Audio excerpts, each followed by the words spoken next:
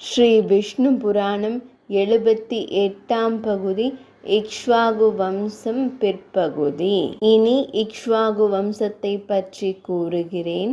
முன்பு அந்த வம்சத்தில் பிருஹத்பலன் என்பவன் உண்டானான் என்று கூறி முடித்தேன்.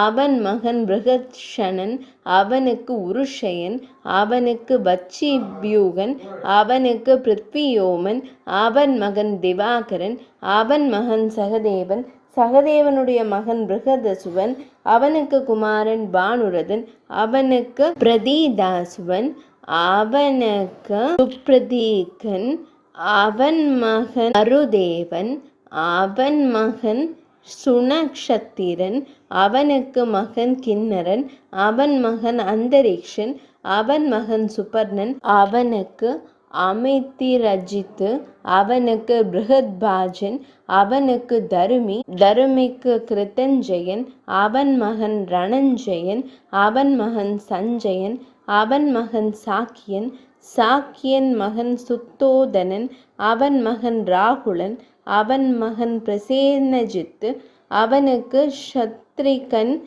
அவனுக்கு குண்டகன், அவன் மகன் சுரதன், அவன் மகன் சுமித்திரன். இவர்களே பிருகத்பல குலத்தில் பிறந்த இக்ஷ்வாகு வம்சத்தினராவார்கள். இதற்கும் ஒரு ஸ்லோகம் உண்டு. இக்ஷ்வாகுவின் குலம் கலியுகத்தில் சுமித்திரனோடு முடிவு பெறும் என்பதே அந்த ஸ்லோகம். 78ஆம் பகுதி நிறைவடைந்தது.